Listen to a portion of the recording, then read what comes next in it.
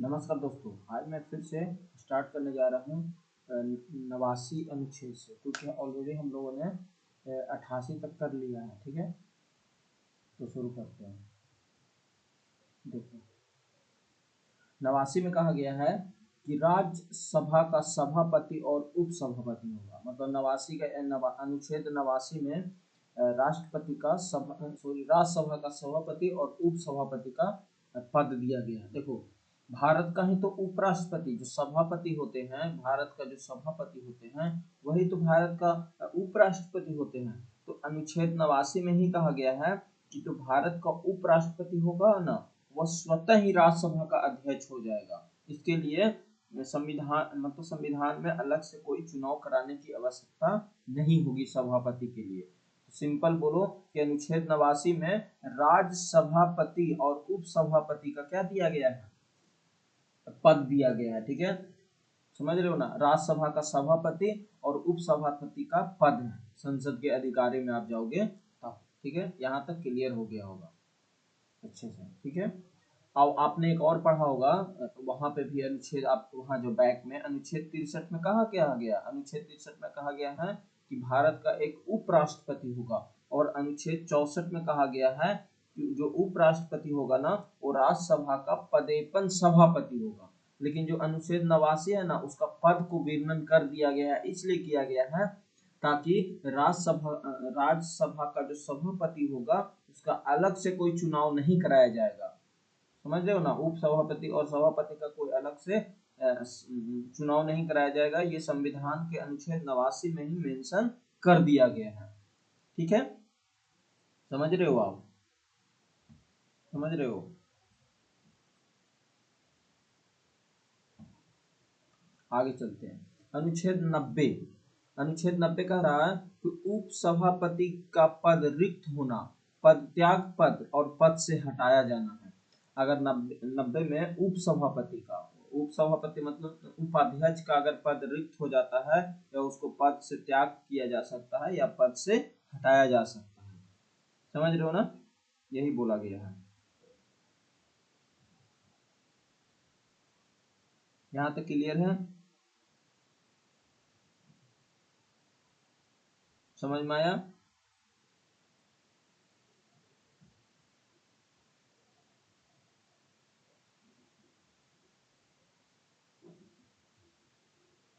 ठीक है, यहाँ तक क्लियर हो गया अच्छे से। तो 90 में क्या बोला गया है? उप सभापति का अगर पद रिक्त होना, पद त्याग करना या पद से हटाया जाना अनुच्छेद 89 में है। अनुच्छेद 89 में, अनुच्छेद 89 में, अनुच्छेद 89 में है। ठीक है, ठीक है, यहाँ तक आपको क्लियर हो गया होगा अच्छे से। इसमें तो कोई कंफ्यूजन आपको नहीं होना चाहिए। देखो, हम लोगों ने उधर का पूरा आर्टिकल जो था ना, वो डिटेल में हम लोगों ने पढ़ लिया था। 188 तक हम लोगों ने पूरा पढ़ लिया था। ठीक है, डिटेल में आप मेरा चैनल पे जाके उसको देख सकते हो और याद कर सकते हो। ठीक है, तो अभी हम लोग 89 से 151 तक पढ़ेंगे डिटेल। समझ रहे हो आप?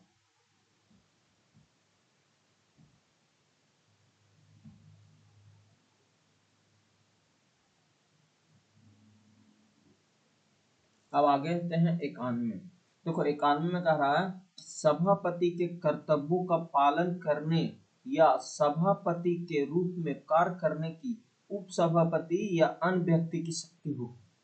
अन्य व्यक्ति की शक्ति होगी, अन्य व्यक्ति की शक्ति होगी। समझ रहे हो?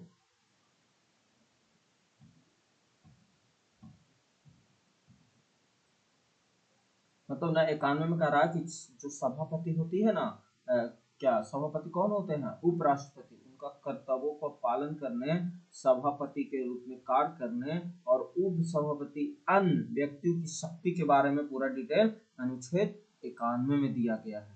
अनुच्छेद 91 में पूरा डिटेल दिया गया है। ठीक है, सभापति के कर्तव्यों का पालन करने, सभापति के रूप में कार्य करने और उप सभापति अन्य व्यक्तियों की उसकी जो शक्ति है ना, उसके बारे में बताया गया है। ठीक है, अनुच्छेद देखो 90 में मैं फिर से बता देता हूँ, तो फिर से डिटेल हम लोग कर लेते हैं इसको। देखो, अनुच्छेद 89 कहा गया है राज्यसभा का अध्यक्ष और उपाध्यक्ष होगा। ठीक है, राज्यसभा का अध्यक्ष होगा और एक उपाध्यक्ष होगा। ठीक है, इस अनुच्छेद के अनुसार भारत का जो वाइस प्रेसिडेंट होते हैं ना, उपराष्ट्रपति, वो स्वयं ही राज्यसभा का अध्यक्ष होता है, मतलब चेयरमैन ऑफ राज्यसभा। राज्यसभा अपने सदस्यों में से एक ही सदस्य को उपाध्यक्ष के रूप में चुनती है। पता है कौन चुनता है? राज्यसभा ही उपाध्यक्ष को चुनता है। राज्यसभा अपने ही सदस्यों में से ही किसी एक सदस्य को उपाध्यक्ष के रूप में चुनती है। पता है सदस्य अध्यक्ष का जो कार्यकाल सदन के क्या क्या काम होती है? कार्यवाही का संचालन करना, अनुशासन बनाए रखना, निर्णयों का निष्पक्ष करना। उपाध्यक्ष की अगर उपाध्यक्ष अध्यक्ष की अनुपस्थिति में क्या करता है? संसद को, राज्यसभा को चलाता है। देखिए जगदीप धनखड़ जी क्या थे जब सभापति थे, तो उनका क्या क्या काम होता था? कार्यवाही का संचालन करना होता था, अनुशासन को बनाए रखना, निर्णय पर निष्पक्ष रहना, और अगर राष्ट्रपति ये वाइस प्रेसिडेंट अगर अनुपस्थित हो तो उनके जगह पे उप सभापति जो वाइस जो होती है ना, क्या बोलते हो, deputy chairman of Rajya Sabha means उपाध्यक्ष, वो उनकी जगह बैठ के कार्यवाही स्टार्ट कर सकते हैं। ठीक है, तो ये था हमारा 89। 90 में देखो क्या कह रहा है कि अगर उपाध्यक्ष का त्याग पत्र या हटाना, देखो उपाध्यक्ष किसको त्याग पत्र अगर देगा तो किसको देगा? तो अध्यक्ष को देगा, मीन्स जगदीप धनखड़ को देगा। तो जो राज्यसभा का उपाध्यक्ष होता है ना, अपना इस्तीफा अध्यक्ष को दे सकता है। किसको? ये राज्यसभा अध्यक्ष को। और सदन का बहुमत उपाध्यक्ष को हटाने के लिए प्रस्ताव पारित कर सकता है, परंतु इस प्रस्ताव को कम से कम 14 दिन पहले सूचना देना आवश्यक है। और इस प्रस्ताव को हटाने के लिए उपाध्यक्ष स्वयं ही अध्यक्षता नहीं कर सकता। ठीक है, अनुच्छेद 91 में कहा गया है कि उपाध्यक्ष का कार्यवाहक अध्यक्ष बनना। मान लो कि अगर बाई चांस कभी सभापति महोदय जी अनुपस्थित हैं या बीमार हैं या उनका सीट खाली हो गया है, तो क्या होगा? यदि राज्यसभा का अध्यक्ष अनुपस्थित हैं तो उनके जगह पे उपाध्यक्ष उसके स्थान पर कार्यवाहक अध्यक्ष के रूप में सदन की बैठकों को क्या करेगी? संचालित करेगी। और इससे यह सुनिश्चित होता है कि सदन की जो कार्यवाही है कभी ना रुके, क्योंकि सदन की कार्यवाही रुक जाएगा तो बहुत सारी चीजें रुक जाएगी। ठीक है, तो ये अनुच्छेद 91 में कहा गया। अनुच्छेद देखो, अनुच्छेद 89 में दोनों को पद के बारे में बताया गया है। अनुच्छेद 90 में उपसभापति का पद रिक्त हो गया तो, और 91 में बोला गया है कि वो कार्यवाहक सभापति के बारे में बोला गया है। 92 में देखो क्या कहा गया। 92 में कहा गया है कि अध्यक्ष और उपाध्यक्ष की कानूनी सुरक्षा। जब सभापति और उप सभापति के पद से हटाने की कोई संकल्प विचाराधीन हो तब उसका पीठासीन न होना। मतलब ये कह रहा है कि राज्यसभा के अध्यक्ष या उपाध्यक्ष अपने आधिकारिक कार्यों के लिए किसी भी न्यायालय में उत्तरदायी नहीं है। देखो ये जो पद है ना, ये आप सुप्रीम कोर्ट नहीं जा सकते हो। ये एक प्रावधान निष्पक्ष और स्वतंत्र रूप से कार्य करने की अनुमति देता है। ठीक है, यही बोला गया है कि जो राज्यसभा के अध्यक्ष हो गए या उपाध्यक्ष हो गए अपने आधिकारिक कार्यों के लिए किसी भी न्यायालय में उत्तरदायी नहीं होंगे। ऐसा नहीं कि सभापति और उप सभापति सही से काम नहीं कर रहे हैं तो आप सुप्रीम कोर्ट चले गए, नहीं। ये काम करे सही से, नहीं करे सही से, कुछ भी करे, आप सुप्रीम कोर्ट नहीं जा सकते हो। इसका मतलब ना कानूनी सुरक्षा दिया गया है इनको। जैसे देखते हो ना, हर में से जगदीप धनखड़ जी को बोला जाता था ये बीजेपी के तरफ से पक्ष में रहते हैं, तो ऐसा नहीं कि विपक्ष वाले चले जाते थे सुप्रीम कोर्ट कि देखिए ना जगदीप धनखड़ जी विपक्ष में मतलब एक तरफा काम करते हैं, ऐसा मतलब आता था। तो ऐसा नहीं कर सकते हो। अनुच्छेद 92 के तहत इनको पूरी स्वतंत्रता दी गई है, आप सुप्रीम कोर्ट नहीं जा सकते। सिंपल। अब है अनुच्छेद 93। देखो अनुच्छेद 93 जो है वो लोकसभा के अध्यक्ष और उपाध्यक्ष के पद के बारे में बताया गया है। इसमें बताया गया है कि लोकसभा अपने सदस्यों में एक व्यक्ति को स्पीकर और दूसरे एक को डिप्टी स्पीकर के रूप में चुन लेती है, खुद से चुन लेती है उसी के सदस्य में से। स्पीकर का जो पद होता है ना, वो बहुत महत्वपूर्ण होता है, क्योंकि लोकसभा का क्या करता है? संचालन करता है, अनुशासन बनाए रखता है, सदन का प्रतिनिधित्व करता है। कौन? लोकसभा अध्यक्ष। तो लोकसभा अध्यक्ष और उपाध्यक्ष का जो पद है वो अनुच्छेद 93 में दिया गया है। अनुच्छेद 94 में कहा गया है कि स्पीकर उपाध्यक्ष को इस्तीफा और हटाना। देखो ये है ना, अध्यक्ष और उपाध्यक्ष का पद रिक्त होना या पदत्याग होना या पद से हटाया जाना। मतलब कभी कभी क्या होती है ना कि अगर स्पीकर उपाध्यक्ष को इस्तीफा दे सकता है और उपाध्यक्ष स्पीकर को, अगर एक जैसे मान लो कि जो ओम बिड़ला जी हैं अगर इस्तीफा देना चाहते हैं तो उपाध्यक्ष को ही देंगे, वो लेटर थमा देंगे मैं इस पद से रिजाइन दे रहा हूँ या उपाध्यक्ष साहब जी इस्तीफा देना चाहेंगे तो ओम बिड़ला जी को देंगे। इस तरह से त्याग पत्र की बात किया गया और दोनों को लोकसभा में बहुमत द्वारा पारित प्रस्ताव द्वारा ही हटाया जा सकता, वो भी लोकसभा में हटाने की अगर बारी आ गया तो ये अनुच्छेद 94 में यह कहा गया है। 95 में कहा गया है कि कार्यवाहक स्पीकर कह रहा है कि अगर अध्यक्ष के पद के कर्तव्यों का पालन करने के या अध्यक्ष के रूप में कार्य करने का उपाध्यक्ष की अन्य शक्तियां, जैसे बाय चांस यदि जो स्पीकर साहब हैं या उपाध्यक्ष अनुपस्थित हो तो राष्ट्रपति किसी अन्य सदस्य को कार्यवाहक स्पीकर सुन सकता है जो उसके पैनल में रहता है। देखो ये पूछा गया था एग्जाम में कि अगर अध्यक्ष महोदय जी के अनुपस्थित हैं या उपाध्यक्ष महोदय जी अनुपस्थित हैं तो कोई अन्य व्यक्ति को कार्यवाहक स्पीकर के रूप में सुन सकता है। कौन सुन सकता है? राष्ट्रपति महोदय जी चुन सकते हैं। तो ये इम्पोर्टेंट है, जो उनमें पैनल में जो उपस्थित होंगे ना उन्हीं में से किसी को एक कार्यवाहक क्या बना सकता है, स्पीकर बनाया जा सकता है। ठीक है, सिंपल है कि जब अध्यक्ष और उपाध्यक्ष दोनों की अनुपस्थिति हो तो कोई एक व्यक्ति जो उस पैनल में होगा वहां से नाम लेके कार्यवाहक क्या बनाया जा सकता है, स्पीकर। ठीक है। अनुच्छेद 96 में कहा गया है कि अध्यक्ष या स्पीकर की कोई न्यायिक कार्यवाही नहीं होगी। हाँ देखो, जब अध्यक्ष या उपाध्यक्ष को पद से हटाए जाने का कोई संकल्प विचाराधीन है तो उसका पीठासीन न होना। पीठासीन का मतलब होता है ना कि अगर स्पीकर अध्यक्ष होते हैं या अपने आधिकारिक कार्यों के लिए अदालत नियोजन से मुक्त है। देखो जब आपने देखा होगा कि कोई भी काम यहाँ पे होती है, सही से काम नहीं हो रहा हो या इधर उधर हो रहा हो तो आप न्यायालय में चुनौती नहीं दे सकते हो, ये चुनौती से मुक्त होता है। समझ रहे हो ना। या जब अध्यक्ष या उपाध्यक्ष को हटाने की बारी हो रही हो या कोई संकल्प विचाराधीन हो, पेंडिंग पड़ा हो तो ऐसा नहीं कि आप सुप्रीम कोर्ट चले जाओ, नहीं जा सकते, उसका पीठासीन न होना। ठीक है, ये बोला गया है। अनुच्छेद 97 में कहा गया है कि सभापति और उपसभापति अध्यक्ष और उपाध्यक्ष के वेतन और भत्ते दिया जाएगा। मतलब स्पीकर, उपाध्यक्ष, अध्यक्ष और उपाध्यक्ष के वेतन और भत्ते संसद द्वारा निर्धारित किया जाते हैं। अनुच्छेद 98 में है संसद का सचिवालय। देखो लोकसभा और राज्यसभा दोनों अपने अपने सचिवालय होते हैं, समझ रहे हो ना। उसका जो सचिवालय का काम क्या होता है, उस कार्य का सदन की जितनी कार्यवाही होती है ना उसका रिकॉर्ड रखना, विधेयक का प्रारूप तैयार करना और प्रशासनिक सहायता प्रदान करना, ये सचिवालय अनुच्छेद 98 में दिया गया है। तो देखो यहाँ तक हम लोगों ने जो पढ़ा ना, यहाँ तक क्या बोलते हो, अनुच्छेद 89 से अनुच्छेद 98 तक वो सब किसका था, संसद के अधिकारियों का था। जैसे 89 राज्यसभा का सभापति उपसभापति, 90 में अगर उपसभापति का पद खाली हो जाए, पद त्याग कर दे या पद से हटाया जाए तब। 91 में है सभापति के कर्तव्यों का पालन करने या सभापति के रूप में कार्य करने उपसभापति के अन्य व्यक्तियों की शक्ति दिया गया है 91 में।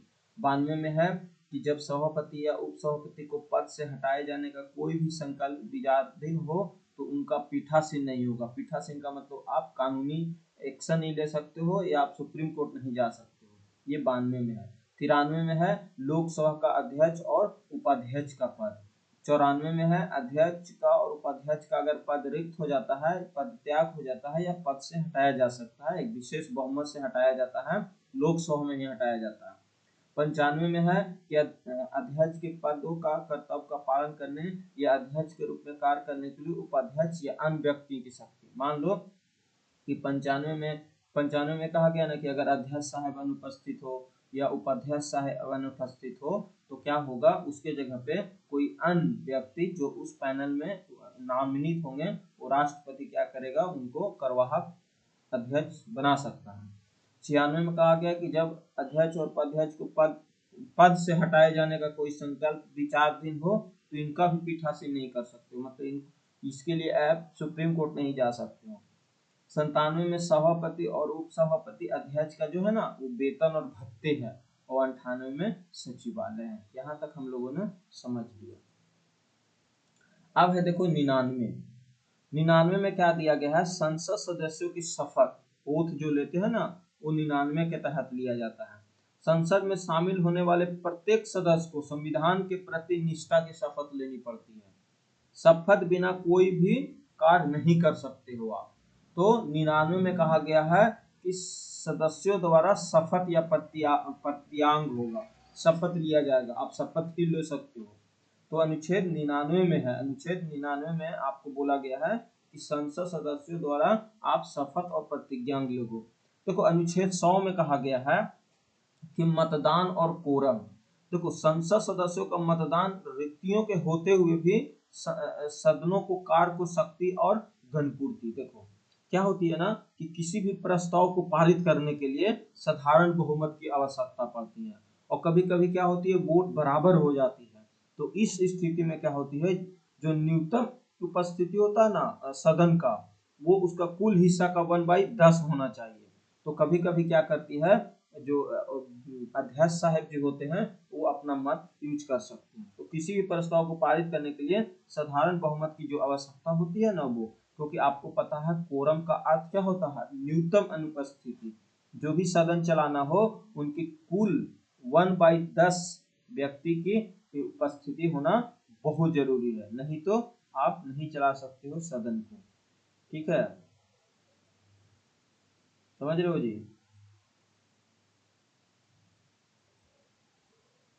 यहाँ तक क्लियर हो गया। 100 में यही है ना इस सदन को में मतदान करना हो रिक्त होते हुए भी सदन को कार्य की शक्ति और घनपूर्ति की बात किया गया है। ठीक है, समझ रहे हो ना। मतलब सीधा समझो ना कि सदन में किसी भी सदन हो, या तो वो लोकसभा हो या राज्यसभा हो, बहुत सारे ऐसे विषय होते हैं जिन उपस्थिति और मतदान करने वाले सदस्यों की बहुमत से लिया जाता है।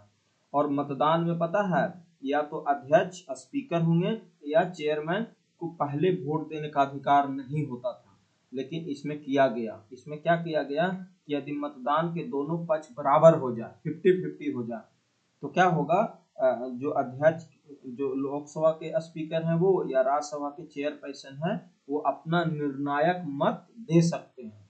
और जिधर देंगे, मान लो कि इधर भी 50 हो गया और इधर भी 50 हो गया, अब 50-50 हो गया तो बराबर हो गया। अब क्या होगा, निर्णायक वोट देना पड़ेगा। अब निर्णायक वोट कौन देंगे, लोकसभा अध्यक्ष देंगे या राज्यसभा के अध्यक्ष देंगे, और जैसे ही एक वोट देंगे तो 51 हो जाएगा, तो ये क्या हो जाएगा, बराबर नहीं होगा। तो इस तरह से अपना निर्णायक मत 100 के तहत वो दे सकते हैं। ठीक है, यहाँ तक क्लियर होना चाहिए, क्योंकि कोरम की बात आती है ना तो 1/10 सदस्य हमको पूरा होना चाहिए कोरम में। कोरम में 1/10 अगर सदस्य अनुपस्थित रहेंगे तो आप क्या कर सकते हो, सदन नहीं चला सकते हो। ठीक है, यहाँ तक हम लोगों ने पढ़ लिया। अब देखो सदस्यों की निर्धारिता क्या है।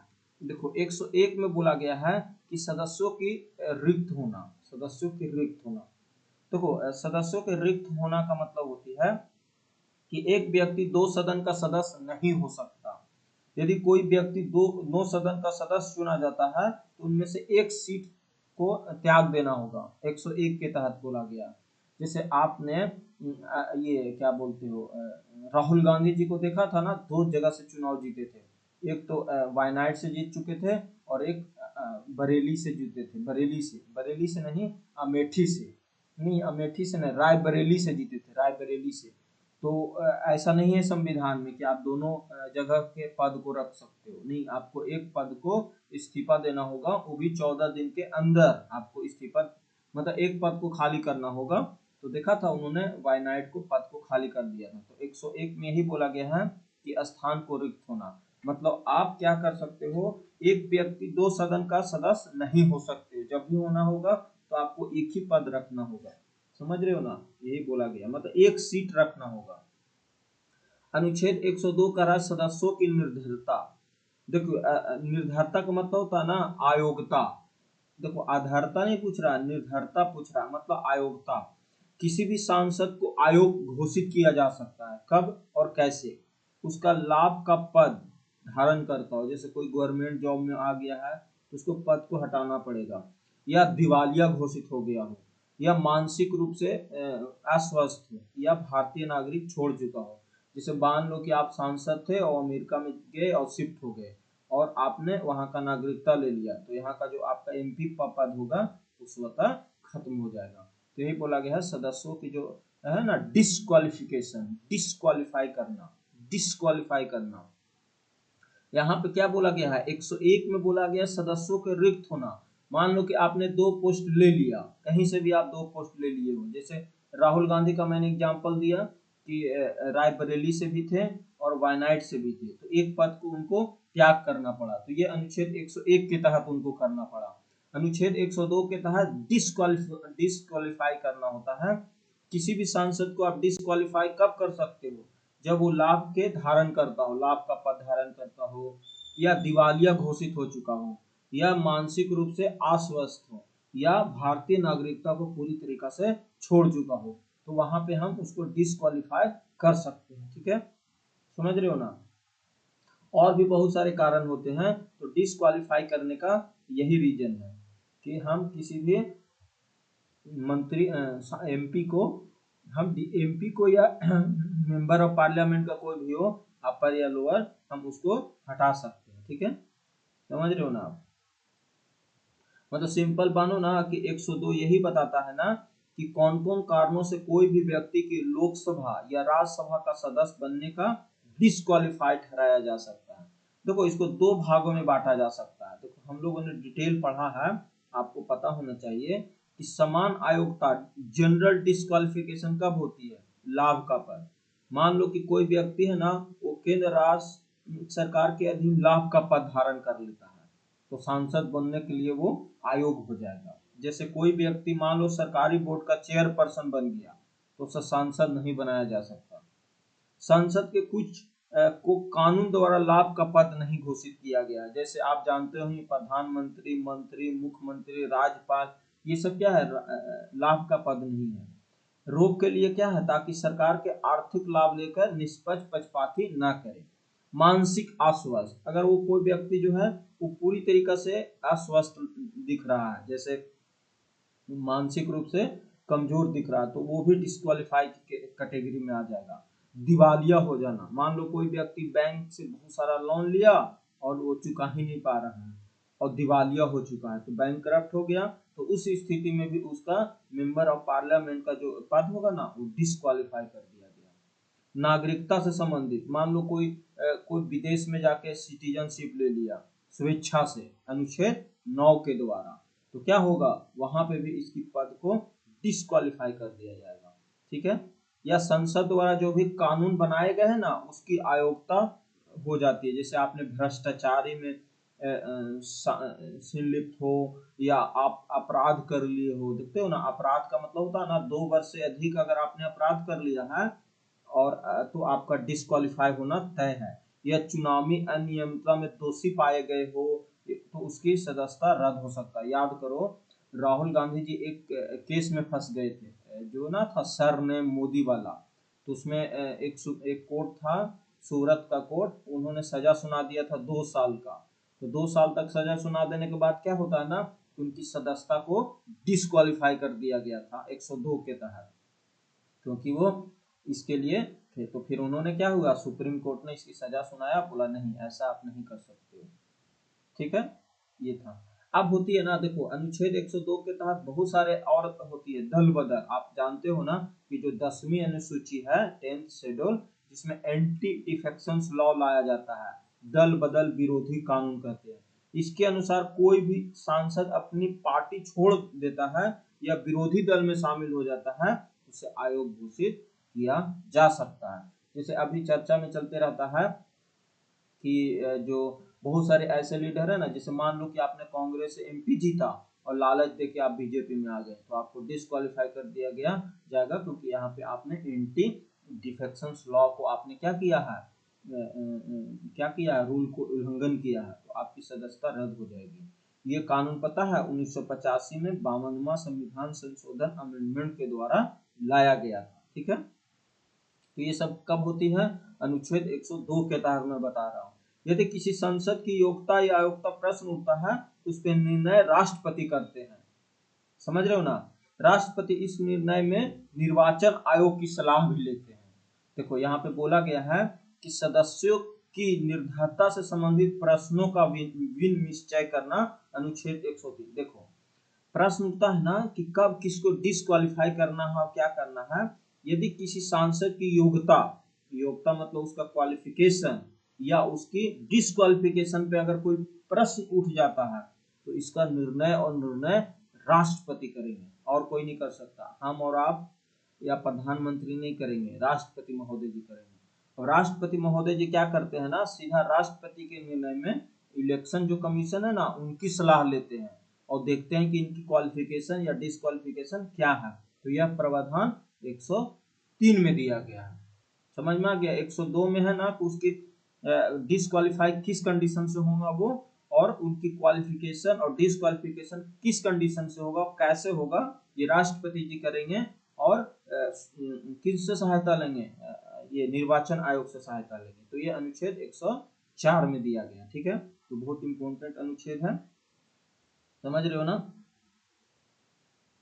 समझ में आ गया। तो अनुच्छेद 104 करते हैं। देखो इतना डिटेल में पढ़ा दे रहा हूँ कि ऐसा मतलब ना पॉलिटी आप पढ़ रहे हो, तो यही सही है, क्योंकि अनुच्छेद के तहत भी पूरा पॉलिटी आप खत्म कर सकते हो डिटेल में, क्योंकि आपने बेसिक तो पढ़ ही लिया है डिटेल में। ठीक है, तो अब आते हैं अनुच्छेद 104।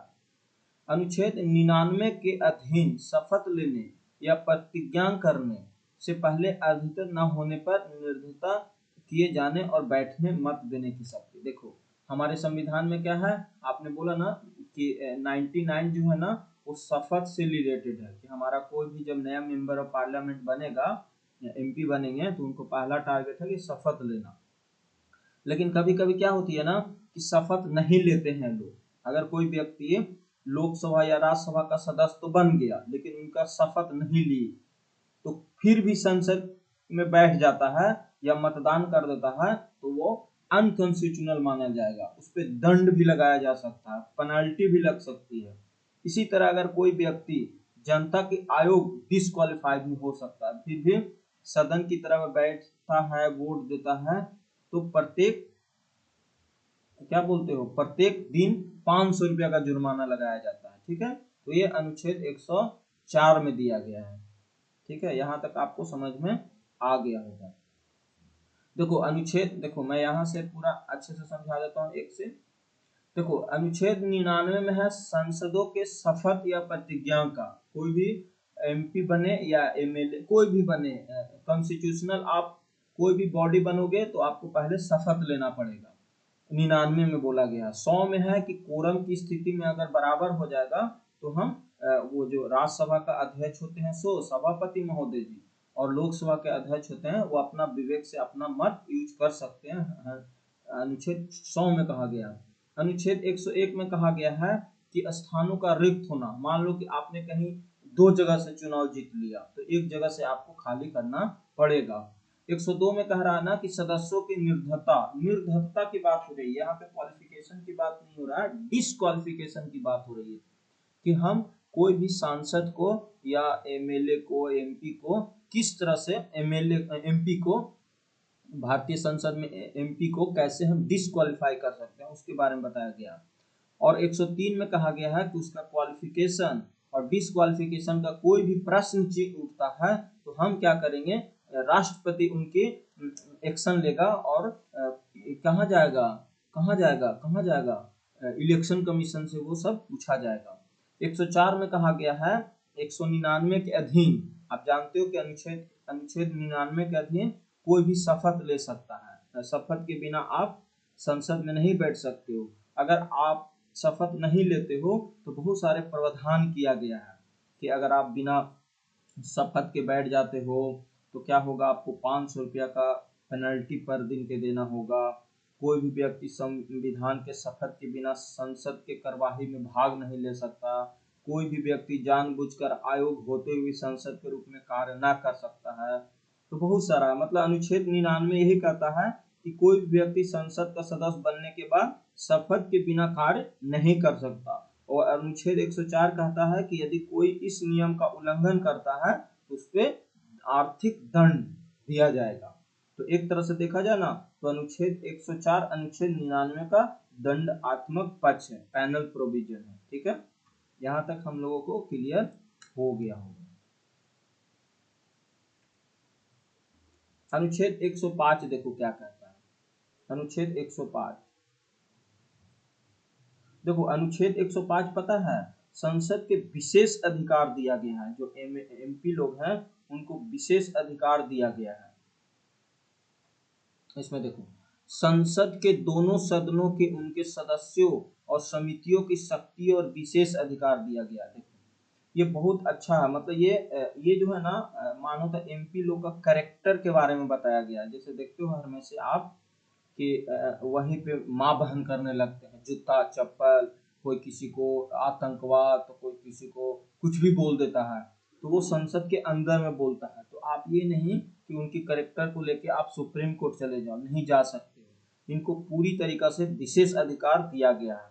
मतलब ना संसद और उसके सदस्य जो होते हैं ना वो संविधान से ही एक स्पेशल कॉन्स्टिट्यूशनल प्रोविजंस बनाया गया है कि वो स्वतंत्र होके, निडर होके, निष्पक्ष होके देश के हित में कार्य कर सके। उनके 4 खंड में बांटा गया है। देखो सबसे पहला है कि इस अनुच्छेद में हर संसद को संसद में अपनी बात स्वतंत्र रूप से रखने का अधिकार दिया गया है।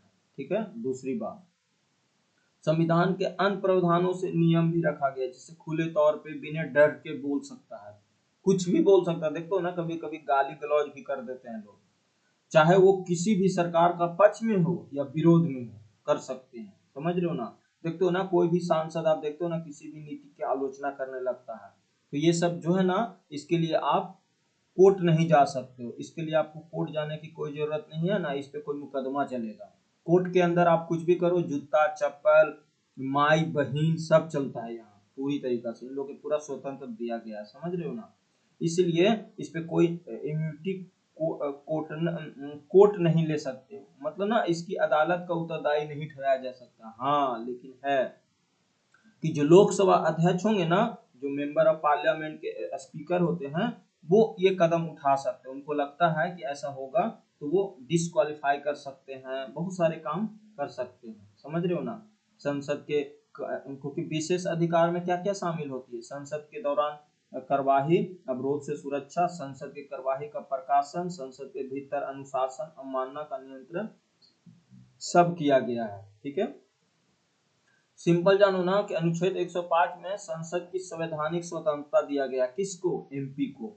लीडर होकर विचार रखने की गारंटी देता है, बाहरी हस्तक्षेप को सुरक्षित रखता है और ईमानदारी और निर्भरता से वो बोल सके पूरी तरीका से, ये बातें बोला गया। और सबसे पहली बात है कि संसद की कही गई बात, चाहे आप माई करो या बहन करो या कुछ भी करो, या कागज फेंक दो, कुछ भी फेंक दो, कोई भी मुकदमा या मानहानि का केस उस पर नहीं चलेगा। यह संसद के सीमा के भीतर भी रहते हुए कोई भी बात रख सकता है। यह संसद की सर्वोच्चता का प्रतीक है, अनुच्छेद 105। ठीक है, समझ में आ गया। अब आते हैं अनुच्छेद 106 में सदस्यों का वेतन और भत्ते हैं। देखो अनुच्छेद 106 जो है ना उन लोगों का वेतन और भत्ते के बारे में बताया गया है। समझ रहे हो ना, समझ रहे हो आप। मतलब ना उनके सदस्य जो है ना उनके वेतन कितना मिलेगा, भत्ता कितना मिलेगा, आप सभी जानते हो कितना मिलता है, बहुत ज्यादा पैसा मिलता है। इतना पैसा मिलता है कि उन लोग 10-12 पीढ़ी तक खाओ के आराम से रहते हैं। तो देखो 106 में कहा गया है कि संसद अपने सदस्यों के लिए वेतन, भत्ते, पेंशन, अलाउंस, जो भी सुविधा कानून है ना वो सब निर्धारित करता है। कौन करता है, सांसद करता है, संसद। जब तक कि संसद इस विषय पे कोई कानून नहीं बनाए तब तक वेतन और भत्ते राष्ट्रपति द्वारा बनाए गए नियम के अनुसार ही चलते हैं। ठीक है, तो एक तरह से इन लोग का वेतन भत्ते हैं। आपको पता है कि मासिक वेतन बहुत ज्यादा, मंथली कितना होगा, 1 लाख रुपया मिलता है। दैनिक भत्ता लगभग 2 से 3 हजार रुपया मिलता है, यात्रा भत्ता मिलता है, हाउस अलाउंस मिलता है, कम्युनिकेशन फैसिलिटी मिलता है, पेंशन मिलता है, बहुत कुछ मिलता है। इन लोग के पैसा ही पैसा है, मानो ना। तो अगर एक बार आप जो बन गया ना एमपी, उनकी लाइफ से। अब आती है अनुच्छेद 108। देखो अनुच्छेद 108 क्या कहता है। अनुच्छेद 108 कहता है कि कुछ दशाओं में दोनों सदनों में संयुक्त अधिवेशन बैठना। देखो क्या होती है ना कि कभी कभी संयुक्त अधिवेशन ज्वाइंट सीटिंग कौन बुलाता है। सबसे पहले ज्वाइंट सीटिंग बुलाने का जो अधिकार है वो राष्ट्रपति महोदय जी को है, राष्ट्रपति महोदय जी को, ठीक है। तो ज्वाइंट सीटिंग इसलिए बुलाया जाता है कि कोई मान लो बिल ऐसा है जो दोनों के बीच में असहमति बन रहा हो, राज्यसभा बोल रहा है कि नहीं ये करना होगा, लोकसभा बोल रहा है ये करना होगा, बात नहीं बन पा रही है, तो इस विधेयक को लोकसभा पीपल हाउस और राज्यसभा काउंसिल ऑफ स्टेट के बीच में, दोनों के बीच में कॉन्ट्राडिक्ट है, मतभेद हो चुका है। तो इस स्थिति में राष्ट्रपति क्या करते हैं, दोनों की संयुक्त बैठक बुलाते हैं अनुच्छेद 108 के द्वारा। इस संयुक्त बैठक में दोनों सदस्य के बीच में विधेयक पर विचार करते हैं और मतदान करते हैं, ठीक है, समझ रहे हो ना। तो देखो जो राष्ट्रपति है ना संयुक्त बैठक बुला सकता है, राज्यसभा विधेयक को स्वीकार कर दे। तो कब कब बैठक बुलाया जाता है, देखो जब राज्यसभा विधेयक को रिजेक्ट कर दे। ऐसा आप देखे होगा ना कोई भी बिल जो होती है, जब बिल होती है तो बिल पहले राज्यसभा में जाता है या राज्यसभा में कहीं पे भी जा सकता है, राज्यसभा में या लोकसभा में। तो मान लो राज्यसभा से लोकसभा से पास हो गया, लोकसभा से पास हो गया और राज्यसभा ने रिजेक्ट कर दिया, या राज्यसभा से पास हो गया लोकसभा रिजेक्ट कर दिया, तो ये तो बात और बिल काफी इम्पोर्टेंट है और देश हित के लिए बिल है और बिल को पास कराना बहुत जरूरी है। तो ऐसे स्थिति में क्या होती है ना संयुक्त अधिवेशन बुलाना पड़ता है किसको, राष्ट्रपति को। और दोनों सदनों में विधेयक के बीच में अगर मतभेद है तो, और राज्यसभा विधेयक को 6 महीने तक अगर लंबित कर दिया हो तो। कभी कभी क्या होती है ना कि कोई राज्यसभा विधेयक होती है उसको 6 महीना तक पेंडिंग पड़ा रहता है, उसकी कोई राज्यसभा जो होती है वो जवाब देता ही नहीं है। तो ऐसे स्थिति में क्या होती है ना संयुक्त अधिवेशन बुलाना बहुत जरूरी होता है। अब प्रश्न उठता है कि कौन इसकी अध्यक्षता करता है। तो देखो संविधान के अनुसार आप देखोगे ना तो लोकसभा के जो अध्यक्ष होते हैं speaker of member of parliament, यही संयुक्त अधिवेशन की अध्यक्षता करता है। अगर वो अनुपस्थित हैं तो लोकसभा के ड्यूटी स्पीकर करते हैं, अगर वो भी अनुपस्थित हैं तो राज्यसभा के जो उपाध्यक्ष होते हैं ना वो करेंगे। ये सब बहुमत लिया जाता है। तो आपसे यहाँ पे पूछा जाएगा कि संयुक्त बैठक जो होती है उसकी अध्यक्षता कौन करता है, तो वो करता है कौन, लोकसभा का अध्यक्ष, और बुलाता कौन है, तो राष्ट्रपति, ठीक है। संयुक्त अधिवेशन का जो मेन होती है ना वो विशेष गतिरोध होता है, इसमें केवल साधारण विधेयक नहीं कुछ वित्तीय विधेयक भी लागू होती है, समझ रहे हो ना। संविधान संशोधक विधेयक या मनी बिल के लिए संयुक्त बैठक आप नहीं बुला सकते हो। जनरली संयुक्त बैठक बुलाने का काम जो भी होती है ना, तो संविधान अगर संशोधन करना है कहीं तो आप यहाँ पे कॉन्स्टिट्यूशनल अमेंडमेंट करना है तो आप संयुक्त अधिवेशन नहीं बुला सकते हो। मनी बिल है तो नहीं बुला सकते हो, ठीक है। यहाँ तक आपको समझ में आ गया होगा, ठीक है, अच्छा से समझ में आ गया होगा। यहाँ तक क्लियर है अच्छे से, कोई प्रॉब्लम तो नहीं होना चाहिए आपको। अब आते हैं हम लोग 109। देखो डिटेल हम लोग पढ़ते रहेंगे क्योंकि डिटेल ही पूरा पॉलिटी तो मैं डिटेल ही पढ़ा ही रहा हूँ, जल्दी खत्म करना ना, टाइम भी नहीं है ना, समस्या ये है टाइम भी नहीं है, इसीलिए हम लोग पॉलिटी को एमसीक्यू की तरह कर रहे हैं। देखो आगे है, देखो अनुच्छेद 109 कहता है ना धन विधेयक से संबंधित विशेष प्रक्रिया है। देखो सबसे पहले आप ये समझो ना कि कोई बिल, देखो बिल क्या होती है, बिल जो होती है ना यदि कोई विधेयक मनी बिल है केवल और केवल लोकसभा में ही प्रस्तुत किया जाएगा, उसको इंट्रोड्यूस किया जाएगा। राज्यसभा पर केवल और केवल उसको सुझाव दे सकता है या 14 दिन तक वो रख सकता है, लेकिन अगर वो उस विधेयक को ना स्वीकार कर सकता है ना ही उस पर संशोधन कर सकता है, कौन, राज्यसभा। सिर्फ मनी बिल की मैं बात कर रहा हूँ, ठीक है। तो अनुच्छेद जो है ना, और मनी बिल कहाँ पेश किया जाता है, ज्यादा से ज्यादा लोकसभा में पेश किया जाता है। क्यों, क्योंकि आमतौर पे ये वित्त मंत्री करते हैं। मनी बिल क्या होता है, मनी बिल ऐसा बिल होता है जो राजकोषीय कंट्रोलेड फंड हो, टैक्सेशन का हो, ऋण का हो, एक्सपेंडिचर का हो, या फाइनेंशियल ट्रांजैक्शंस का हो, ये सब बिल होती है जिसको मनी बिल कहा जाता है। ये अनुच्छेद 110 में दिया गया है। देखो अनुच्छेद 9 में क्या किया गया है, देखो विशेष प्रावधान है। देखो समझो पहले इस चीज को, अनुच्छेद 9 जो कहा गया है वो मनी बिल से संबंधित विशेष प्रावधान है। मतलब ना कहा गया है कि कोई भी विधेयक मनी बिल केवल और केवल लोकसभा में ही प्रस्तुत किया जाएगा, ये अनुच्छेद 109 में कहा गया है। राज्यसभा इस पे कोई सुझाव देने के अधिकार है, सुझाव दे सकता है, लेकिन विधेयक ना तो उसको अस्वीकार कर सकता है, ना उस पे कोई संशोधन कर सकता है। हाँ 14 दिन तक वो रख सकता है। समझ रहे हो ना, कौन, मनी बिल को। ठीक है, तो ये अनुच्छेद में विशेष प्रावधान दिया गया है मनी बिल को कि सिर्फ और सिर्फ लोकसभा में ही प्रस्तुत किया जाएगा।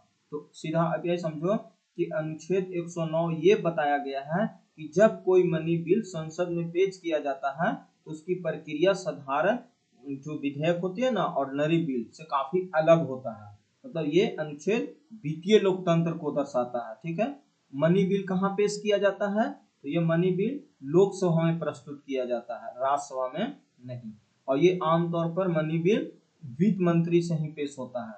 मनी बिल क्या होता है, मनी बिल एक विधेयक ही होता है एक तरह का, जो राजकोषीय, जैसे कंट्रोलेड फंड ऑफ इंडिया वाले होते हैं, टैक्सेशन का हो सकता है, ऋण कहीं से ऋण लिया हो बैरो का हो सकता है, एक्सपेंडिचर व्यय का हो सकता है, वित्तीय लेन देन फाइनेंशियल ट्रांजैक्शन से संबंधित प्रावधान हो सकता है। ये अनुच्छेद 110 में दिया गया पूरा मतलब उसका परिभाषा दिया गया। तो मनी बिल का परिभाषा दिया गया है 110 में। 110 में क्या दिया गया है, मनी बिल का परिभाषा कि मनी बिल क्या क्या हो सकता है। तो मैं तो बता ही रहा हूँ कि money bill controlled fund of India, taxation, borrowing, expenditure, वित्तीय लेन देन से संबंधित सारे प्रावधान 110 में है। ठीक है, यहाँ तक आप लोग को क्लियर हो गया होगा अच्छे से। ठीक है, मैंने आपको ये सारे डिटेल आपको मैंने अच्छे से बता दिया। ठीक है,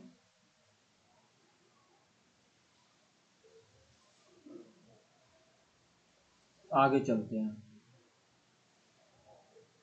अब है अनुच्छेद 111। अनुच्छेद 111, देखो अनुच्छेद 111 है विधेयकों की अनुमति देना।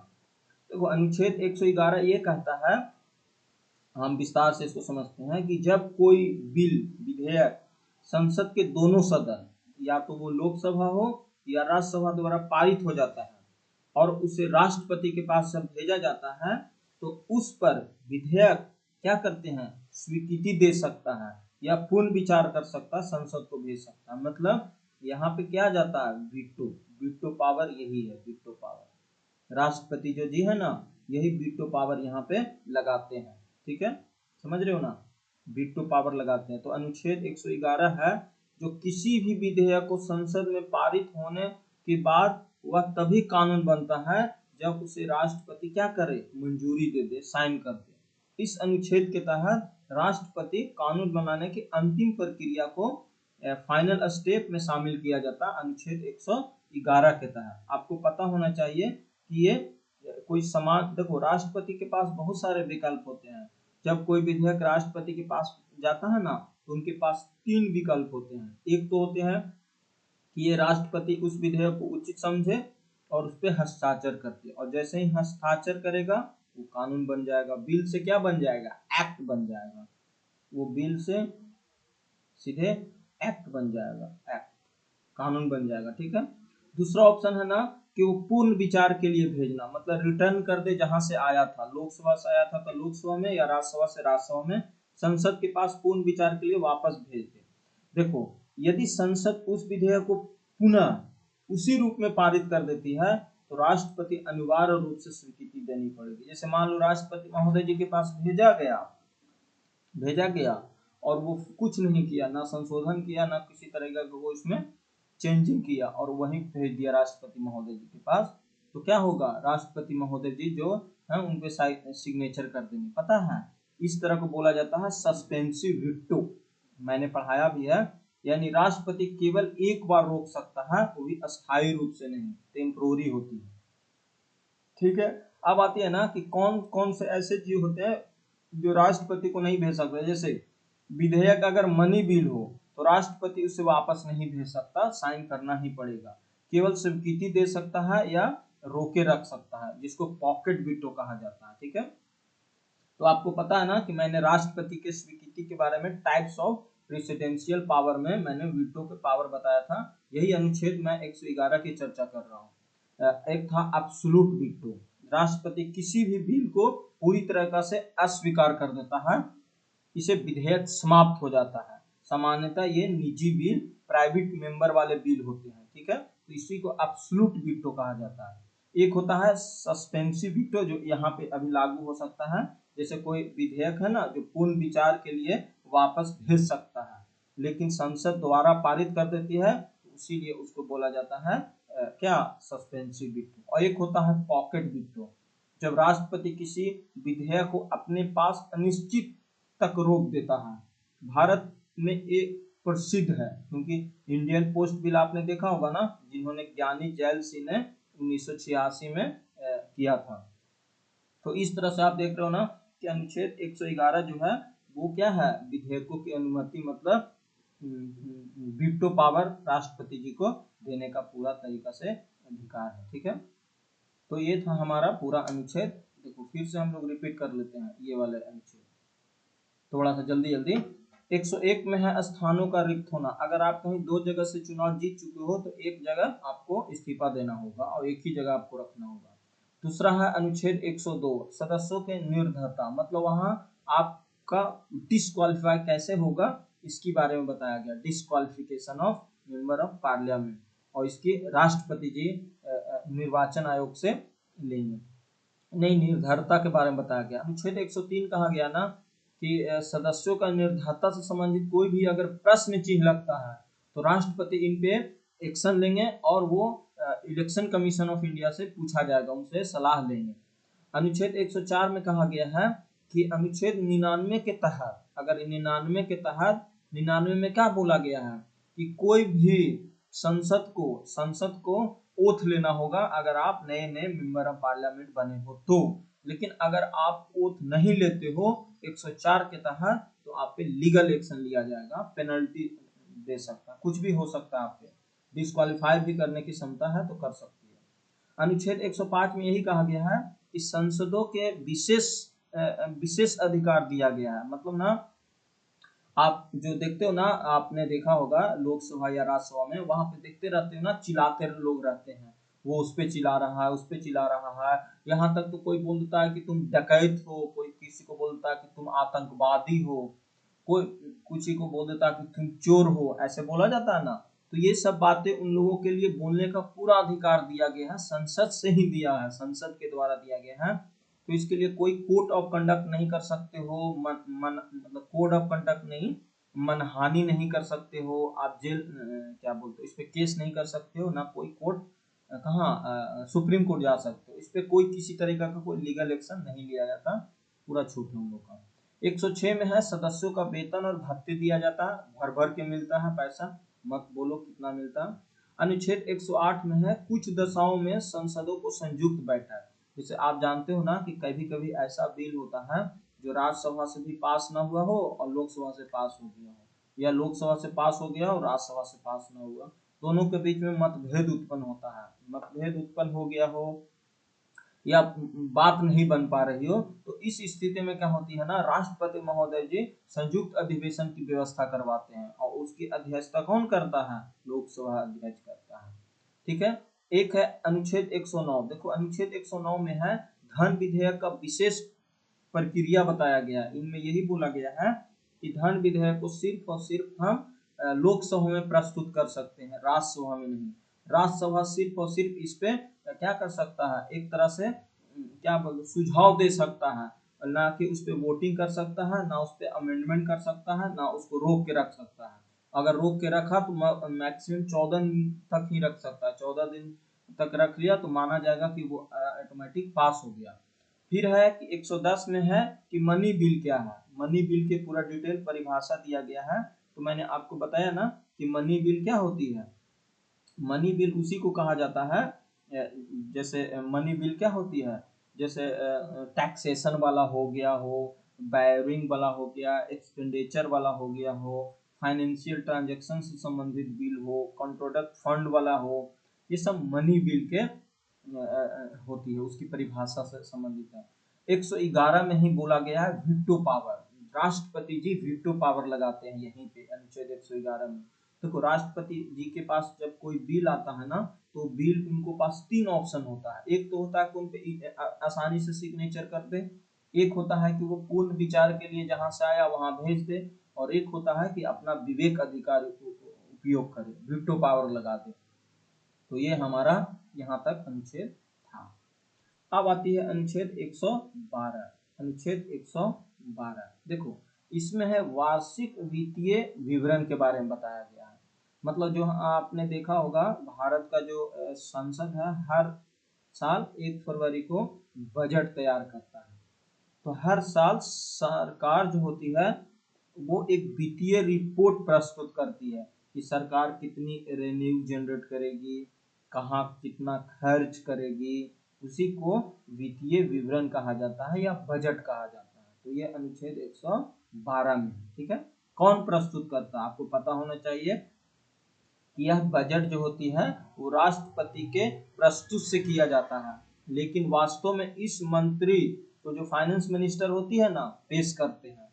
ये हर साल आप देखोगे तो 1 फरवरी को संसद में प्रस्तुत किया जाता है। फाइनेंशियल ईयर कौन सा चलता है, 1 अप्रैल से 31 मार्च, जो पहले अनुमोदन हो सके, जो भी हो। आपको पता है कि बजट में क्या क्या शामिल होता है, तो राजस्व लेख, रेवेन्यू अकाउंट होता है, कैपिटल अकाउंट होता है, तो ना revenue account, capital account, debit account, ये सब पूरा डिटेल इसमें दिया जाता है, ठीक है। तो 112 में यही बताया गया है, ठीक है। पूरा मतलब ना डिटेल अगर आप देखोगे ना, तो 112 में यही बताया गया है कि किस तरह से बजट तैयार किया जाता है, और समझ रहे हो ना।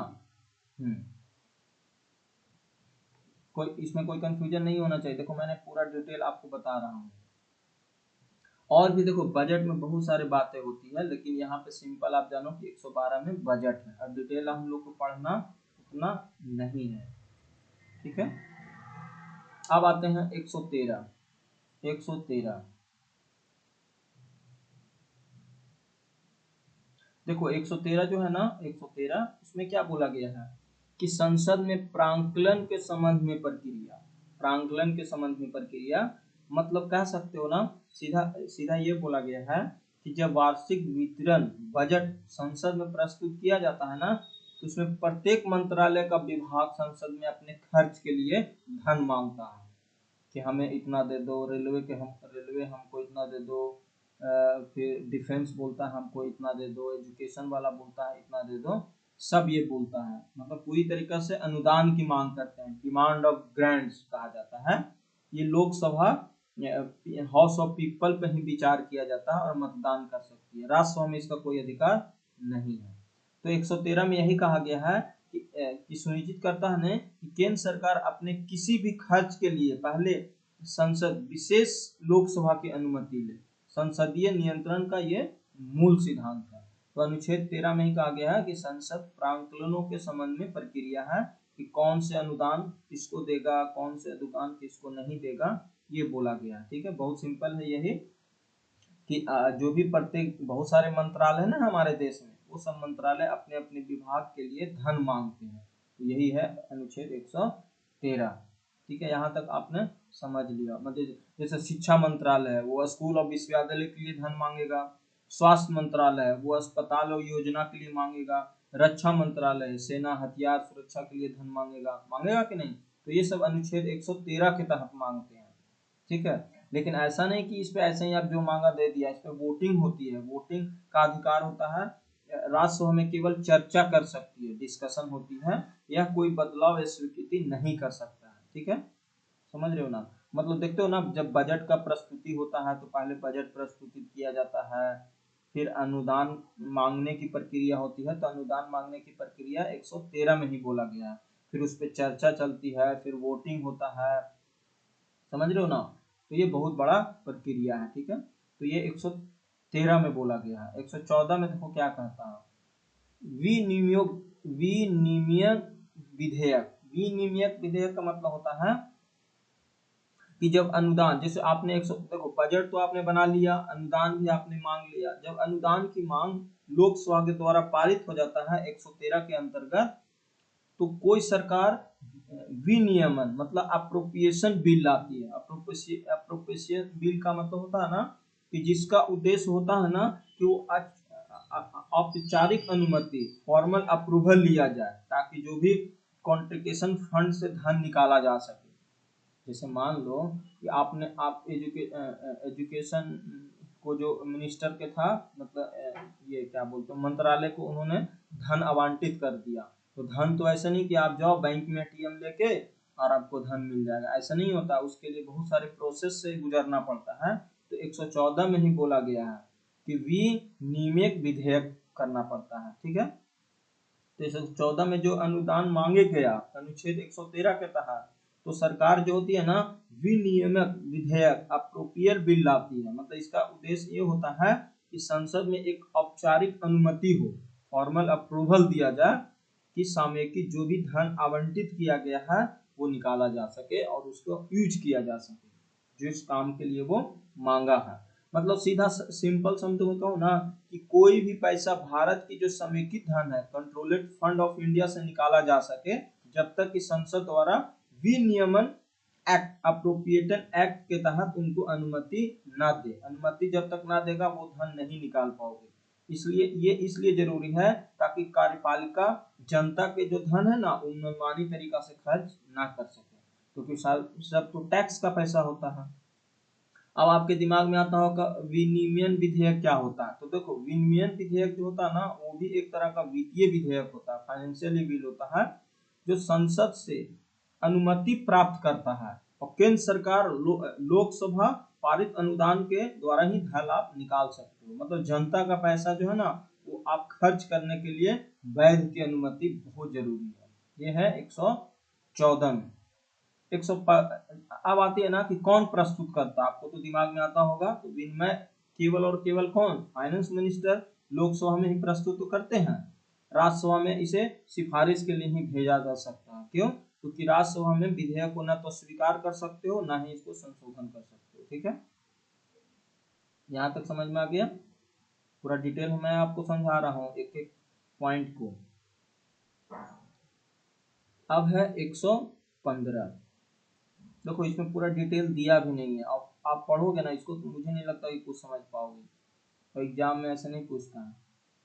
115 में देखो क्या बोला गया है, कह रहा ना कि अनुपूरक अनुपूरक अतिरिक्त या धन का अनुदान। देखो क्या होती है ना, देखो सिंपल शब्दों में समझो कि संविधान के 4 वित्तीय वर्ष हैं। जैसे सरकार किसी कार्य के लिए धन की अधिक आवश्यकता पड़े या किसी नए सेवा कार्यक्रम के लिए धन चाहिए या किसी कारण से खर्च बजट से अधिक हो जाए, तो राष्ट्रपति क्या करती है, संसद के समक्ष पूरक या अतिरिक्त अनुदान की मांग करती है, या तो सप्लीमेंट्री एडिशनल एक्सेस ग्रांट्स की मांग किया जाता है। इस अनुदान को संसद की स्वीकृति से ही लागू हो किया जा सकता है। समझ रहे हो ना। सिंपल शब्दों में ये जानो ना कि हर साल सरकार क्या करती है, एक वार्षिक बजट लाती है और पूरा साल उन पे अनुमान खर्च बताती है।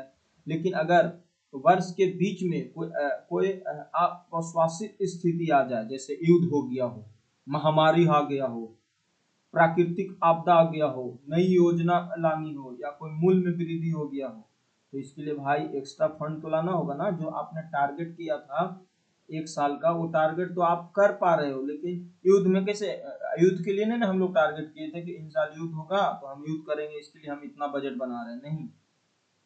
बजट जो बनाया गया था वो एक लिमिटेशन के तहत बनाया गया था कि हम लोग इतना रेवेन्यू जनरेट करेंगे, इतना खर्च करेंगे, इतना डिफेंस पे खर्च होगा, इतना एजुकेशन पे होगा, इतना हेल्थ पे होगा, इतना सड़क पे होगा, ये वो दिस डेट पे होगा। ऐसा तो नहीं ना कि युद्ध पे होगा। तो 115 में यही बोला गया है कि अगर बाई चांस को इमरजेंसी आ जाए तो क्या करेंगे। तो इसीलिए अनुपूरक अतिरिक्त या अधिक अनुदान हम मांग सकते हैं, किससे, संसद से। वार्षिक बजट से लाती है, ठीक है, यही होती है। पहले तो स्वीकृति मिल जाता है, मौजूदा बजट राशि अपर्याप्त हो जाए तो इसके लिए अतिरिक्त धन की मांग किया जाता है। जैसे मान लो शिक्षा मंत्रालय में 1000 करोड़ रुपया अप्रूव हो गया था, परंतु वास्तविक खर्च तो 12,000 करोड़ रुपया है, तो 2000 जो करोड़ एक्स्ट्रा है वो पूरक अनुदान कहलाएगा। जैसे मान लो कि 1000 करोड़ शिक्षा के लिए खर्च होना था, बजट से उनको अप्रूव मिल भी गया कि ठीक है आपको मैं 1000 करोड़ रुपया मैं आपको शिक्षा मंत्रालय के लिए दूंगा, लेकिन पता चला ना कि 12,000 करोड़ रुपया खर्च हो रही है, 2000 एक्स्ट्रा, वही चाय पानी मसाला में 2000 करोड़ रुपया जो होगा ना वो अनुदान की तरह मांगा जाएगा कि हमको अनुदान के लिए अतिरिक्त अनुदान दिया जाए, ठीक है।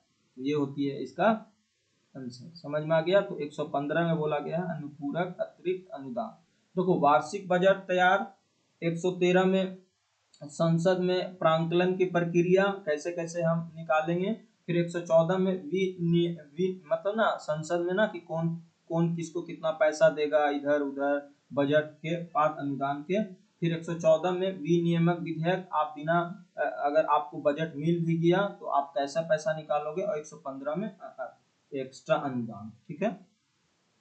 जब किसी कार्य ना हो, नई आर्थिक आवश्यकता हो तब अनुदान की जरूरत पड़ती है, ठीक है। तो यहाँ तक हम लोगों ने अच्छे से समझ लिया।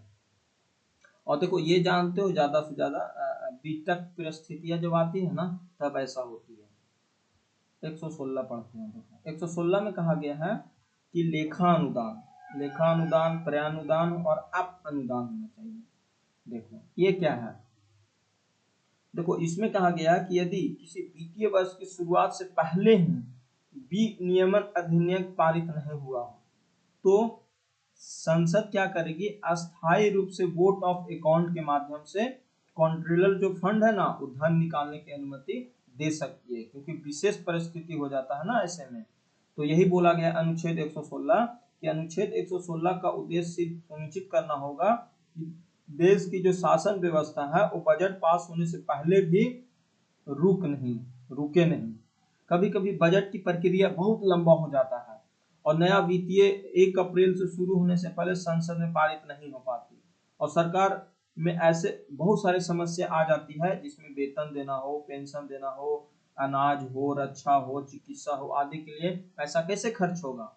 तो इस स्थिति में क्या करती है ना, अनुच्छेद 116 के तहत 3 प्रकार की स्वीकृति दी गई है। इसी में बोला गया है लेखा अनुदान, प्राणानुदान और अपना अनुदान। समझ रहे हो ना, वोट ऑन अकाउंट कहा गया है इसमें, ठीक है। मतलब सिंपल समझो ना कि बजट को तैयार करने में काफी समय लग रहा है और सरकार को पैसा की जरूरत पड़ रहा है, जैसे पेंशन देना हो, सैलरी देना हो, बहुत सारे काम पड़ जाती है ना सरकार को। ऐसा तो नहीं ना सरकार एक मशीन है जब मन हुआ पैसा छाप दिया दे दो, नहीं, प्रोसेस से चलती है। तो उनका काम यही होता है ना कि बजट को बनने में तो अभी टाइम लगेगा, तब तक हम कैसे चलाएंगे अपना घर द्वार। तो घर द्वार चलाने के लिए हमें क्या करना पड़ता है, यही लेखा अनुदान करना पड़ता है, ठीक है। समझ रहे हो ना, समझ में आ गया। मतलब ना जैसे सरकार क्या करती है, वेतन देती है, पेंशन देती है, रक्षा, अनाज, चिकित्सा के लिए पैसा खर्च करती है, और पैसा सरकार के पास है ही नहीं या समस्या आ रही है, तो इस स्थिति में लेखा अनुदान से, प्राणानुदान से पैसा निकाला जाता है, ठीक है। अनुच्छेद 117, देखो अनुच्छेद 117 है वित्त विधेयक, फाइनेंशियल बिल। वित्त विधेयक के बारे में विशेष अधिकार दिया गया है।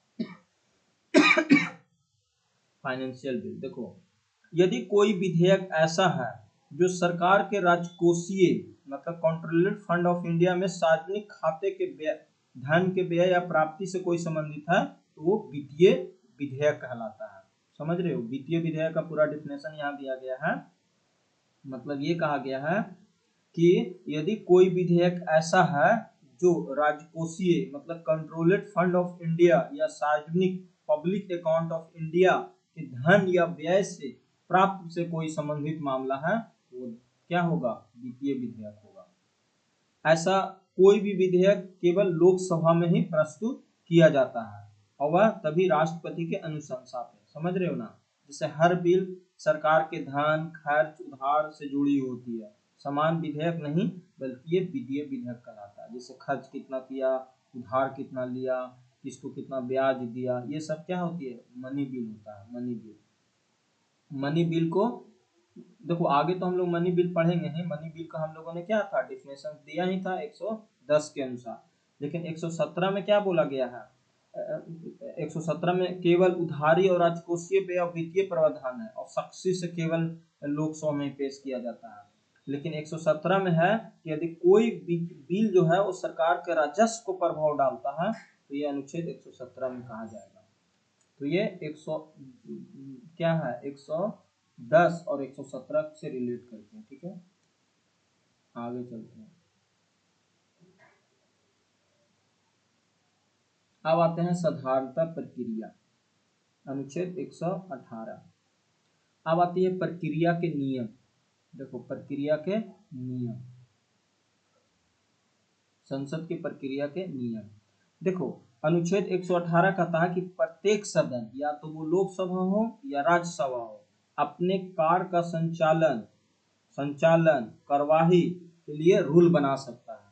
प्रक्रिया के नियम जो होगा वो अनुच्छेद 118 में बोला गया है। मतलब कह रहा है कि जो लोकसभा है और राज्यसभा है वो चलाने के लिए कार्य को संचालन करने के लिए, कार्यवाही करने के लिए अपना रूल बना सकता है। संसद के पास ये पूरा अधिकार दिया गया है कि संयुक्त बैठक जो ज्वाइंट सिटिंग की प्रक्रिया के भी नियम वो बना सके। जब कोई सदन अपने नियम स्वयं नहीं बनता तो राष्ट्रपति अस्थायी नियम भी बना सकता है जो लागू रहेंगे तब तक कि सदन में अपने नियम ना बनाए। ठीक है, नियम कानून से चलती है संसद, ऐसा नहीं कि कुछ भी आप कर लो। यह अनुच्छेद या संसद को शक्ति भी देता है कि अपने काम को सही तरीका से स्वयं निर्धारित करे बिना किसी बाहरी दखल के, जैसे न्यायपालिका हो गया या कार्यपालिका हो गया, ये सब दखल ना दे। ठीक है, जैसे लोकसभा और राज्यसभा में आप देखते हो ना, पूरा बहस होती है, कार्य प्रणाली, बहस, प्रश्नकाल, मतदान, विशेष पारित करने की प्रक्रिया, सब अनुच्छेद 118 के तहत बनाए गए अपने अपने नियमों पर ही आधारित होती है। ठीक है, नियम बनाने की शक्ति क्या है, लोकसभा अपने नियम के अनुसार बनाती है। और ये कौन करवाता है लागू, 118 के तहत लोकसभा अध्यक्ष ही करवाते हैं। इसी तरीका से राज्यसभा में भी नियम बनते हैं और उसको वाइस ये सभापति महोदय जी बनवाते हैं। अगर इन लोग नहीं बना पा रहे हैं तो राष्ट्रपति महोदय जी बना रहे हैं।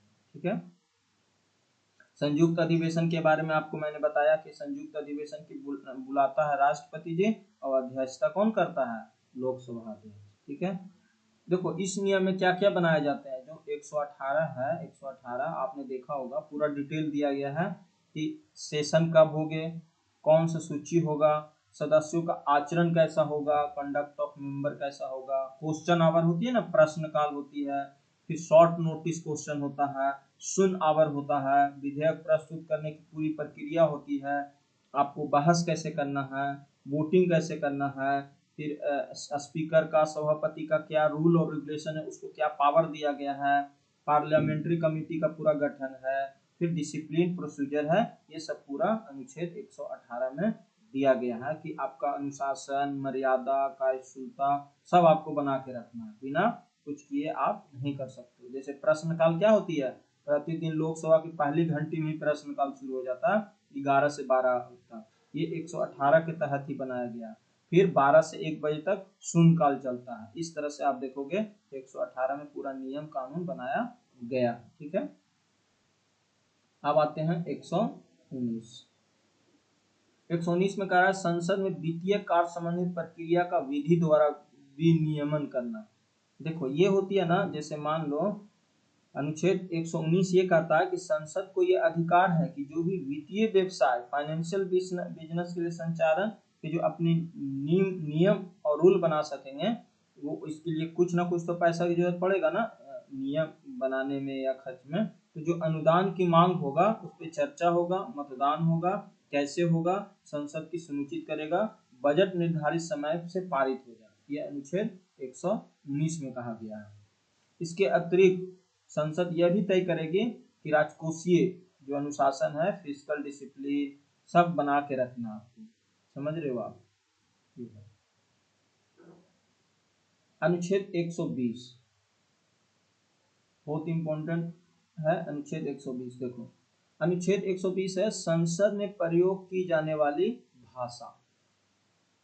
अनुच्छेद 120 देखो, अनुच्छेद 120 जो है वो अनुच्छेद 120 में संसद की कार्यवाही में जो प्रयुक्त होती है ना वो हिंदी या अंग्रेजी हो, ये बोला गया। संसद में भाषा का जो होगा वो हिंदी या अंग्रेजी होगी। मतलब हालांकि जो संसद सदस्य होते हैं ना, ये स्पीकर या चेयरमैन के अनुमति से आप किसी अन्य भाषा को भी आप उपयोग कर सकते हो, लेकिन जनरली आप अनुच्छेद 120 में देखोगे तो हिंदी में या अंग्रेजी में लोग बोलते हैं कि नहीं? जनरली आप देखो, क्योंकि हमारा हिंदी क्या है, राष्ट्रीय मातृभाषा है। नहीं, मातृभाषा नहीं है। हिंदी को एक संविधान में एक मान्यता दिया गया है।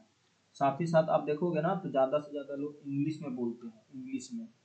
लेकिन आप चाहते हो कि मैं रीजनल भोजपुरी में, जो बहुत से लोग साउथ के होते हैं वो मराठी में अपनी भाषा में बोलें, तो आपको स्पीकर से परमिशन लेना होगा। आप शेड्यूल लैंग्वेज में आप जो भी है ना बोल सकते हैं।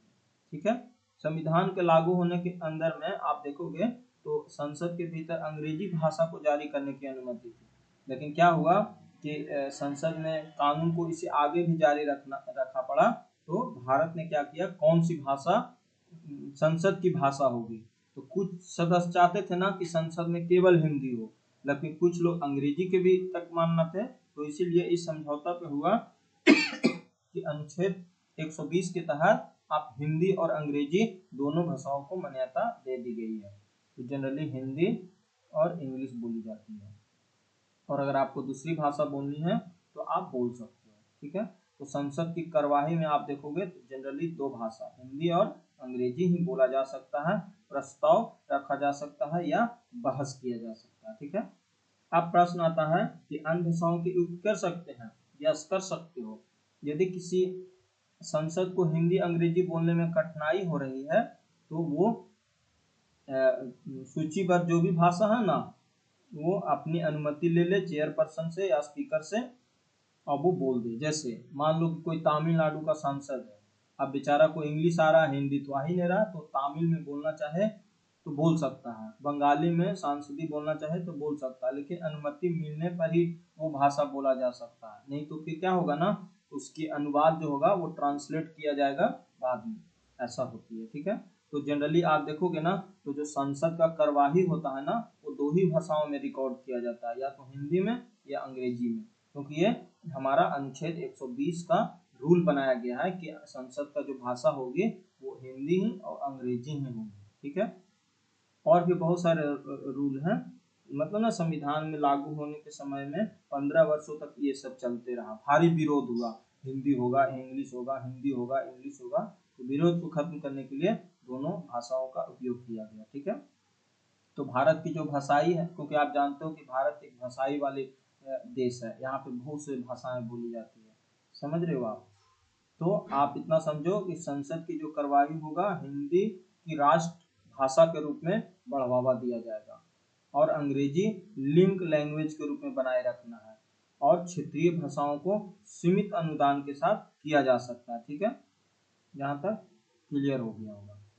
तो आपसे एग्जाम में कैसे पूछेगा कि अनुच्छेद 120 में जो प्रयुक्त होती है भाषा है वो कौन सी भाषा है, तो संसद में हिंदी और अंग्रेजी दोनों भाषाओं का प्रयोग किया जा सकता है। फिर पूछा जाएगा कि 8वीं अनुसूची में भाषाओं के बोल सकते हैं, यस बोल सकते हो, बट आपको अनुमति लेना होगा किससे, स्पीकर से और राज्यसभा सभापति से। ठीक है। ठीक है, ये समझ में आ गया। आते हैं अनुच्छेद 121 पे। देखो अनुच्छेद 121 है संसद में चर्चा पर निर्बंध। देखो ये क्या है, देखो इसको समझते हैं। देखो ये जो अनुच्छेद 121 क्या कहता है, अनुच्छेद 121 कहता है कि संसद के किसी भी सदन में, या तो वो सर्वोच्च न्यायालय हो या उच्च न्यायालय के न्यायाधीशों के जो भी आचरण होगा ना उस पर चर्चा नहीं किया जाएगा। देखो यहाँ पे यही बोला गया है कि संसद में जो भी चर्चा होगा ना उस पर आप किसी भी तरीका का लीगल एक्शन नहीं ले सकते हो। मतलब संसद के किसी भी सदन में, या तो वो लोकसभा में या राज्यसभा में, सर्वोच्च न्यायालय या सुप्रीम कोर्ट के न्यायाधीश के आचरण पर चर्चा नहीं की जाएगी। देखो ये होती है ना, देखो सबसे पहले आप एक चीज समझो, कार्य देखो जो विधायिका होती है और न्यायपालिका होती है, न्यायपालिका कार्यपालिका वाला या विधायिका वाला चर्चा नहीं करेगा, विधायिका का चर्चा ये नहीं करेगा, मतलब न्यायपालिका विधायिका का चर्चा नहीं करेगा और विधायिका न्यायपालिका का चर्चा नहीं करेगा। मतलब जो भी हमारे सुप्रीम कोर्ट के जज हैं वो कभी भी विधायिका के बारे में चर्चा नहीं करेंगे अपने न्यायालय में, और जो विधायिका लोग होंगे वो कभी चर्चा नहीं करेंगे अपने जज के बारे में। जो भी हमारे सुप्रीम कोर्ट के जज हैं कि उसका नेचर ऐसा है, वो है, दिस है, दैट है, नहीं कर सकते हैं, ठीक है। सिवाय उनकी चर्चा जो होगी ना न्यायाधीश के पद को हटाने की प्रक्रिया से ही हो सकती है, और इसके अलावा वो कुछ नहीं कर सकते। तो ये अनुच्छेद 121 में बोला गया है। सिंपल भाषा में यही समझो, मतलब सरल में, कि भारत की जो न्यायपालिका है ना वो पूरी तरीका से स्वतंत्र है, उसका अपना महत्व देता है। इसी आधार पे तो यह अनुच्छेद है कि जो संसद का विधायिका है और न्यायपालिका के बीच में सीमा रेखा है, मतलब सेपरेशन ऑफ पावर बनाया गया है। यानी संसद जो कार्यपालिका के कार्य का न्यायिक निर्णयों पर टिप्पणी ना करे और न्यायपालिका संसद के काम पर अपना दखल न दे। मतलब एक दूसरे से कोई लेना देना नहीं है, तुम अपना काम करो भाई, जो करना है करो, मुझे कोई लेना देना नहीं, और तुमको जो करना है करो, कोई लेना देना नहीं, ये बोला गया, ठीक है। बहुत सिंपल भाषा में हम लोगों ने समझ लिया। अनुच्छेद 122 क्या कहता है? अनुच्छेद 22 कहता है कि न्यायालयों द्वारा संसद की कार्यवाही की जांच ना किया जाना। देखो फिर से आ गया बात, जैसे मान लो कि जैसे अनुच्छेद में तो चर्चा नहीं करना एक दूसरे का, अनुच्छेद 122 में कहा गया कि संसद की जो भी कार्यवाही होगी किसी भी न्यायालय में प्रश्नचिन्ह नहीं उठाया जा सकता। संसद के किसी भी नियम का उल्लंघन, प्रक्रिया का कोई भी त्रुटि होगा, हम कोर्ट नहीं चले जाएंगे। तो संसद के किसी भी अधिकारी, ऑफिसर हो या मेंबर के द्वारा किसी भी कार्य के दौरान की गई त्रुटि के न्यायालय में आप न्यायालय में कोई कार्यवाही नहीं चला सकते जब तक कि कार्य संविधान का उल्लंघन ना करता हो, ठीक है। तो यह अनुच्छेद 122 में कहा गया। मतलब देखते हो ना कभी कभी बहुत माइनर मिस्टेक हो जाती है संसद में चलते समय, संसद चल रहा हो, तो ऐसा नहीं कि मिस्टेक हो गया तो आप कोर्ट चले जाओ, नहीं जा सकते, इम्पॉसिबल है। इम्पॉसिबल नहीं है, मतलब ये अधिकार दिया गया संसद को ना, तो जो अधिकार दिया गया उस अधिकार के तहत तो हर कोई पालन करेगा, समझ रहे हो ना। और भी बहुत सारे मामले होती है, विशेष अधिकार दिया गया ना, क्योंकि 105 में पता है ना विशेष अधिकार दिया गया है, ठीक है। तो ये समझ में आ रहा है। क्यों ऐसा इसलिए होता है ना, ताकि जो विधायिका है, कार्यपालिका है, न्यायपालिका, तीनों एक दूसरे से स्वतंत्र है नहीं। विधायिका और कार्यपालिका एक दूसरे से स्वतंत्र नहीं है, लेकिन हमारे संविधान में आप देखोगे न्यायपालिका का ना तो एक दूसरे से सेपरेटेड है, वो अलग है। मतलब अगर संसद में किसी विधेयक को पारित करने के दौरान किसी तकनीकी का पालन हो गया हो, नहीं हुआ हो, या कोई प्रॉब्लम क्रिएट हो गई हो, तो न्यायालय ये नहीं कह सकता कि कानून अवैध है, नहीं, ऐसा नहीं कहेगा। बहुत सारे होती है। तो ये हो गया हमारा 122। तो यहाँ तक हम लोगों ने पढ़ लिया। अब आते हैं अनुच्छेद राष्ट्रपति की विधायी शक्तियां के बारे में। 123 क्या है बोला गया? 123 क्या है? देखो यहाँ तक तो हम लोगों ने पढ़ लिया। देखो थोड़ा सा एक बार हम रिवीजन करा देता हूँ। देखो यहाँ से हम लोग कहाँ तक हम लोगों ने पढ़ लिया था। हाँ यहाँ तक करते हैं। देखो 105 में कहा गया है, यहाँ तक तो हम लोगों ने करा दिया था, विधेयक की अनुमति, हाँ यहाँ तक हो गया था। हाँ यहाँ से करते हैं। देखो 112 में क्या कहा गया है कि बजट होगा, मतलब वार्षिक वितरण का जो भी एक साल में कितना खर्च होगी, कितना इनकम होगा, सरकार अपना वित्तीय विवरण प्रस्तुत करेगी। 113 में कहा गया है कि संसद में प्राक्कलन के संबंध में प्रक्रिया, मतलब ना आपने तो बजट तैयार कर दिया, लेकिन कौन कितना मंत्रालय को कितना पैसा मिलेगा ये दिया गया है 113 में। जैसे एजुकेशन डिपार्टमेंट को कितना मिलेगा, डिफेंस को कितना मिलेगा, हेल्थ को कितना मिलेगा, सड़क को कितना मिलेगा, ये सब मिलेगा। अगर आपको पैसा मिल गया, अनुदान के रूप में आपको पैसा मिल गया, तो 114 के तहत आप विनिवेदक एक नॉर्मल फॉर्मल के अनुदान से आप ले सकते हो। 115 में कहा गया अनुपूरक अतिरिक्त अनुदान। जैसे मान लो कि आपने पैसा तो दिया, लेकिन एजुकेशन में खर्च होना था 2000 करोड़ और आपने मात्र दिया है 17 करोड़, 1700 करोड़, तो 300 करोड़ तो घट गया। तो 300 करोड़ आपको और देना होगा। और पता चला कि मान लो आपने दिया 2000 करोड़ और खर्च हो गया 2200 करोड़, तो 2000 करोड़ और खर्चा हो गया, तो आपको ये एक्स्ट्रा के अनुदान देना पड़ेगा। फिर होती है 116 लेखानुदान प्रयुक्त और वित्तीय। मतलब ना बाई चांस क्या होती है ना कि कभी कभी देखोगे तो बजट का जो समय निकलता है वो अप्रैल तक बहुत लंबा खींच जाता है। तो इसके लिए सरकार को पेंशन देना होता है, सैलरी देना होता है, शिक्षा में, डिफेंस में खर्च करना होता है। तो इसके लिए एक अलग से लेखा अनुदान बनाया जाता है, वहां से ये सब पैसा निकाल के वो अपना खर्च चला सकता है। 117 में है वित्त विधेयक के बारे में विशेष बताया गया है।